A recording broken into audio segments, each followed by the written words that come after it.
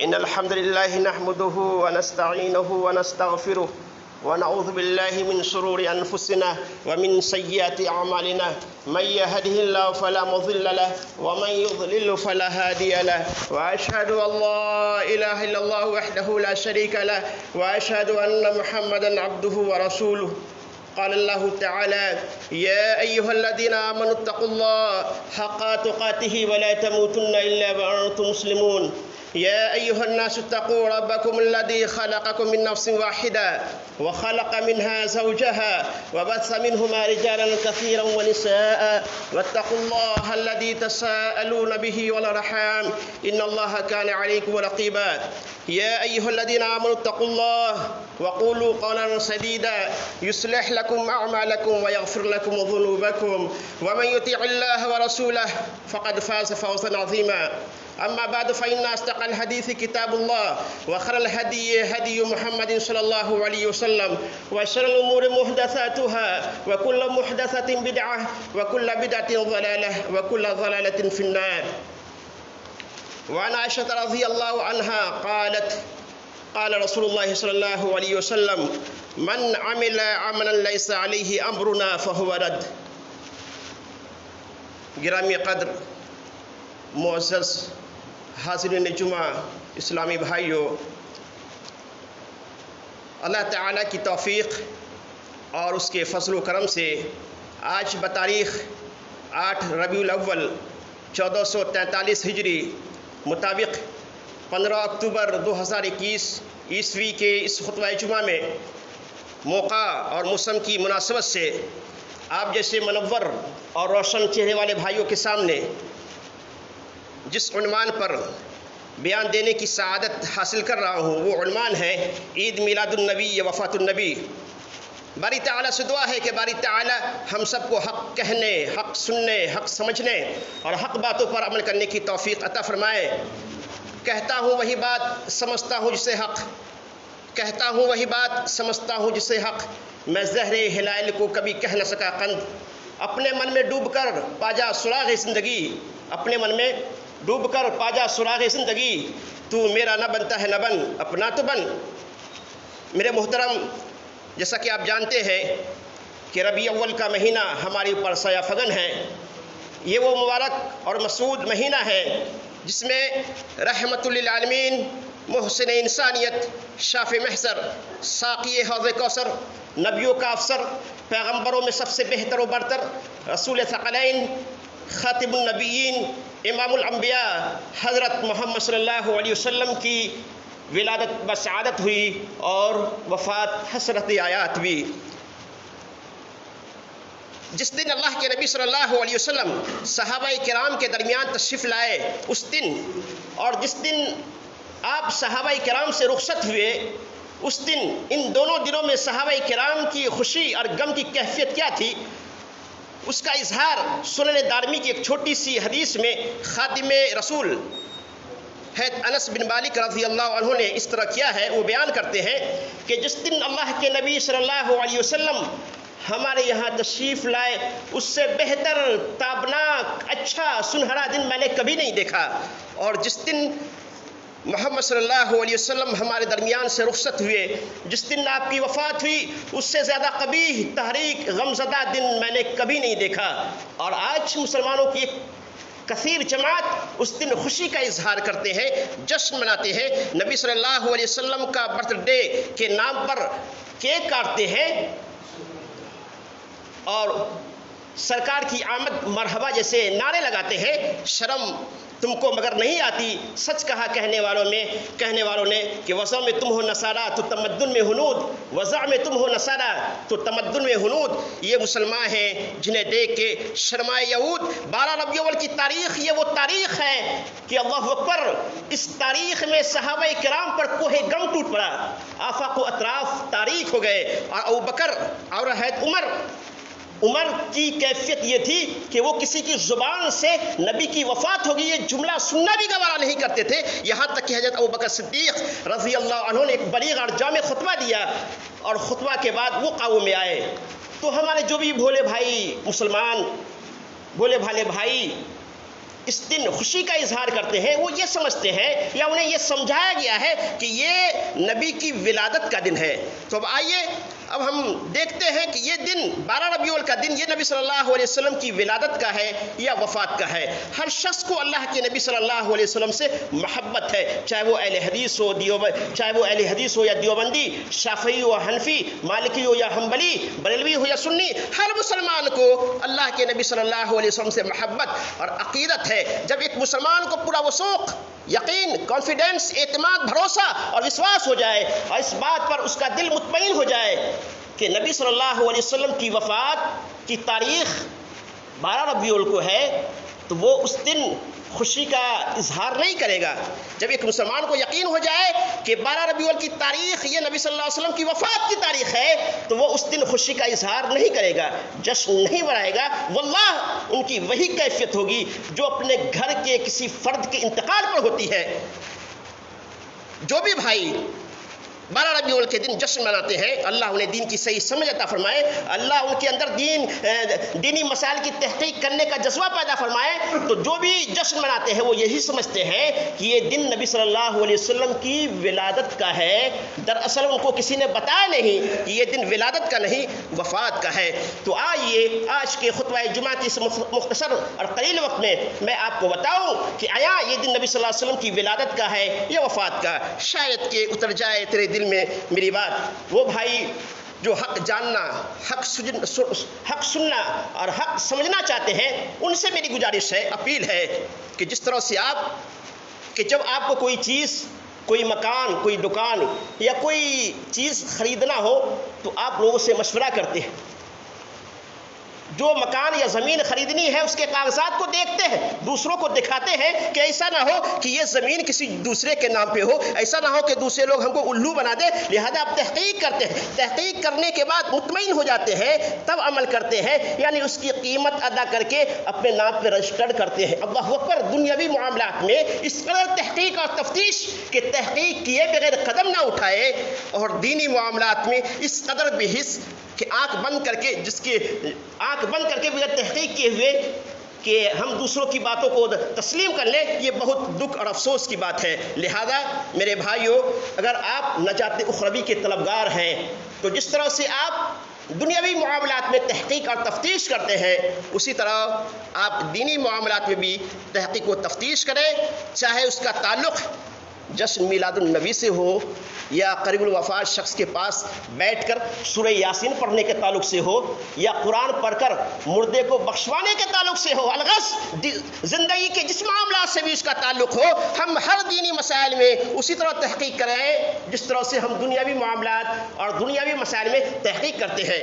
اور میرے ضلع رائے گڑھ مہاراشٹر کے بھائیوں، یہ باتیں میں آپ سے بھی اپیل کر رہا ہوں کہ آپ بھی یہ تہیہ اور کوشش کیجیے، ارادہ کیجیے کہ انشاءاللہ اب ہم دینی مسائل میں بھی اسی طرح تحقیق کریں گے جس طرح سے ہم دنیاوی مسائل میں تحقیق کرتے ہیں۔ اور واضح رہے، یہ مثال دے کر ہم کسی کو اپنی بات منوانا نہیں چاہتے، کیونکہ ہدایت دینا تو اللہ کے ذمہ ہے، لیکن اللہ کا صحیح پیغام پہنچانا یہ ہمارا کام ہے۔ لیکن ہاں، یہ حقیقت ہے کہ صداقت ہو تو دل سینوں سے کھینچنے لگتے ہیں ایواز، صداقت ہو تو دل سینوں سے کھینچنے لگتے ہیں ایواز، حقیقت خود کو منوا لیتی ہے، مانی نہیں جاتی۔ اب آئیے ہم اصل موضوع کی طرف چل رہے ہیں۔ عید میلاد النبی کا جشن منانے یا نہ منانے کے تعلق سے پہلے یہ طے کرنا، فیصلہ کرنا از حد ضروری ہے کہ نبی صلی اللہ علیہ وسلم کی پیدائش کا دن کون سا ہے اور وفات کا دن کون سا، تاکہ یہ بات بالکل ظاہر عیاں ہو جائے کہ عید میلاد النبی کے نام پر منائی جانے والی جشن یہ ولادت پر ہے یا وفات پر، عید میلاد النبی کے نام پر منائی جانے والی خوشی یہ ولادت پر ہے یا وفات پر ہے۔ تو اس کے تعلق سے تمام اہل علم، تمام مورخین، اہل سیر اس بات پر متفق ہیں کہ نبی صلی اللہ علیہ وسلم کی ولادت کا دن پیر ہے، نبی صلی اللہ علیہ وسلم پیر کے دن پیدا ہوئے، اس میں کسی کا اختلاف نہیں۔ کیوں؟ اس لیے کہ نبی صلی اللہ علیہ وسلم کی واضح صحیح حدیث ہے کہ سئل عن صوم یوم الاثنین، کہ آپ سے اثنین پیر کے دن روزے کے بابت سوال کیا گیا کہ آپ پیر کے دن روزہ کیوں رکھتے ہیں؟ فقال، آپ نے فرمایا ذالک یوم ولدت فیہ، یہ وہ دن ہے کہ اسی دن میری ولادت ہوئی۔ وَيَوْمَ بُعِثْتُ، اسی دن میری بعثت ہوئی، او انزل علی فی، اور اسی دن مجھ پر وحی نازل کی گئی۔ تو اللہ کے نبی صلی اللہ علیہ وسلم اپنی ولادت اور نبوت سے سرفراز کیے جانے کی خوشی میں پیر کا روزہ رکھا کرتے تھے۔ لہذا اگر کسی کو واقعی میلاد النبی منانا ہے تو اسے چاہیے کہ وہ پیر کے دن روزہ رکھے، یہ مسنون طریقہ ہے۔ تو اس میں کسی کا بھی اختلاف نہیں کہ نبی صلی اللہ علیہ وسلم کی پیدائش پیر کے دن ہوئی۔ اسی طرح اس بات پر بھی تمام اہل سیر مورخین متفق ہیں کہ نبی صلی اللہ علیہ وسلم کی وفات کی تاریخ 12 ربیع الاول کو ہے۔ اسی طرح اس بات پر بھی تمام اہل علم متفق ہیں کہ نبی صلی اللہ علیہ وسلم کی وفات کی تاریخ 12 ربیع الاول ہے۔ لیکن جہاں تک آپ کی تاریخ ولادت کا مسئلہ ہے تو اس میں مورخین کے درمیان زبردست اختلاف ہے۔ ماضی قریب کے سیرت نگاروں میں سے علامہ قاضی سلیمان منصور پوری نے اپنی کتاب رحمۃ للعالمین میں، علامہ شبلی نعمانی نے اپنی کتاب سیرت النبی میں، اور مولانا صفی الرحمن موارپوری نے اپنی کتاب الرحیق المختوم میں 9 ربیع الاول اللہ کے نبی صلی اللہ علیہ وسلم کی تاریخ ولادت قرار دیا ہے، اور بعض مورخین 12 ربیع الاول کے قائل ہیں، اور بعض اہل علم 9 اور 12 کے علاوہ ربیع اول کے دیگر تاریخ کے قائل ہیں۔ تو تاریخ ولادت میں اختلاف ہے، لیکن تاریخ وفات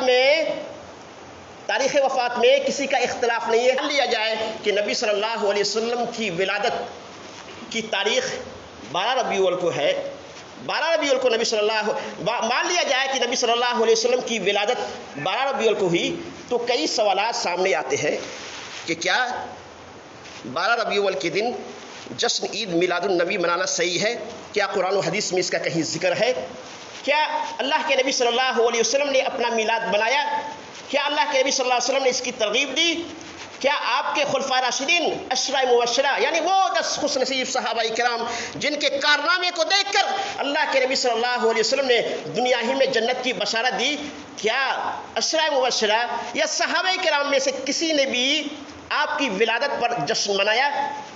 صحابہ کرام کے بعد تابعین، پھر تبع تابعین کا دور آیا، جن کے زمانے کی خیریت اور بہتری کی خبر خود اللہ کے نبی صلی اللہ علیہ وسلم نے دی۔ آپ نے فرمایا خیر القرون قرنی ثم الذین یلونہم ثم الذین یلونہم، کہ سب سے بہتر زمانہ میرا زمانہ ہے، پھر اس کے بعد والوں کا زمانہ یعنی تابعین کا زمانہ، پھر اس کے بعد والوں کا زمانہ یعنی تبع تابعین کا زمانہ۔ تو کیا تابعین، تبع تابعین میں سے کسی نے بھی آپ کی ولادت پر جشن منایا؟ کیا ائمہ اربعہ یا معتبر ائمہ دین میں سے کسی نے بھی آپ کی ولادت پر جشن منایا؟ اگر ایمانداری سے قرآن و حدیث کا مطالعہ کیا جائے تو ان سارے سوالات کے جواب نفی ملتے ہیں کہ نہیں، ان میں سے کسی نے بھی اللہ کے نبی صلی اللہ علیہ وسلم کی ولادت پر جشن نہیں منایا۔ تو پھر ایک اہم سوال ابھر کے آتا ہے کہ پھر یہ بدعت کب آئی؟ یہ بدعت کب آئی؟ کہاں سے آئی؟ کس ظالم نے اس بدعت کو دین میں داخل کیا؟ تو آئیے اس کو بھی سماعت فرماتے ہیں۔ عید میلاد النبی کی بدعت 4 یا 6 صدی ہجری میں اربل کے بادشاہ مظفر نے ایجاد کی تھی، جس کا نام ابو سعید کوکبوری بن ابی الحسن علی بن محمد تھا۔ یہ بادشاہ ناچ گانے کی محفلیں منعقد کرتا تھا، گاتا بھی تھا اور ناچتا بھی تھا۔ زمانہ نبوی سے لے کر شاہ مظفر تک کئی صدیاں گزر گئی، زمانہ نبوی سے لے کر شاہ مظفر تک کئی صدیاں گزر گئی، لیکن کسی نے بھی محفل میلاد نہیں رچائی۔ لہذا بلا شک و شبہ یہ بدعت ہے۔ اس طرح کی جو بھی محفلیں مجلس دین کے نام پر، شریعت کے نام پر ایجاد کی جاتی ہے، رچائی جاتی ہے، کہ کوئی ایسی دلیل پیش کرو جس میں نبی صلی اللہ علیہ وسلم نے عید میلاد النبی منانے سے منع فرمایا۔ میلادی علماء لوگوں کو گمراہ کرنے کے لیے کہتے ہیں کوئی ایسی حدیث بتاؤ، دلیل بتاؤ جس میں اللہ کے نبی صلی اللہ علیہ وسلم نے جشن عید میلاد النبی منانے سے منع کیا ہو۔ الٹی سمجھ کسی کو بھی ایسی خدا نہ دے آدمی کو موت پر یہ ادا نہ دے۔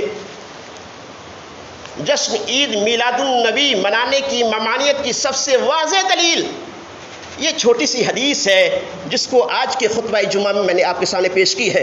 یہ ایک ایسی حدیث ہے کہ اس حدیث کو سننے کے بعد بدعتیوں کے رونگٹے کھڑے ہو جاتے ہیں, بدن سے پسینے چھوٹنے لگتے ہیں, ہوائیاں اڑ جاتی ہے. یہ ایسی جامع اور اہم حدیث ہے. اس حدیث میں اللہ کے نبی صلی اللہ علیہ وسلم بیان فرماتے ہیں, من عمل عملا لیس علیہ امرنا فہو رد. صحیح مسلم کی حدیث ہے, جس شخص نے کوئی ایسا عمل کیا, جس شخص نے کوئی ایسا عمل کیا جس پر ہماری دلیل موجود نہ ہو تو وہ عمل مردود ہے.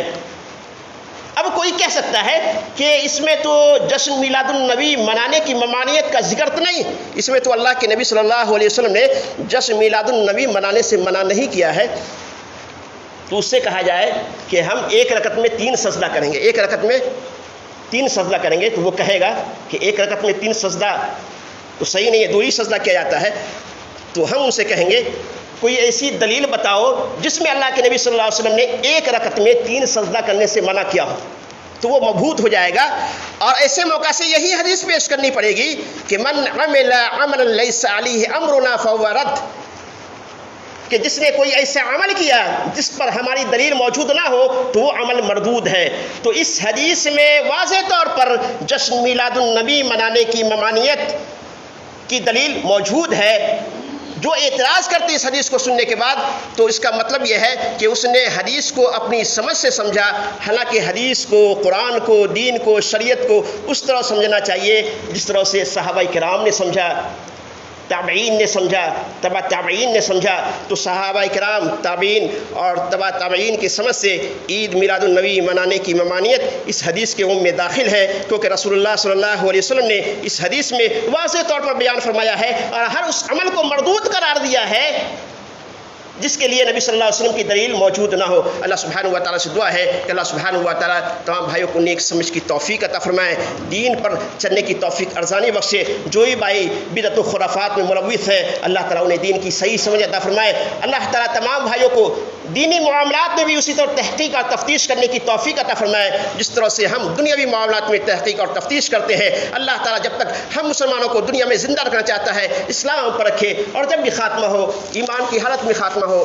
آمین. وآخر دعوانا الحمدللہ رب العالمین.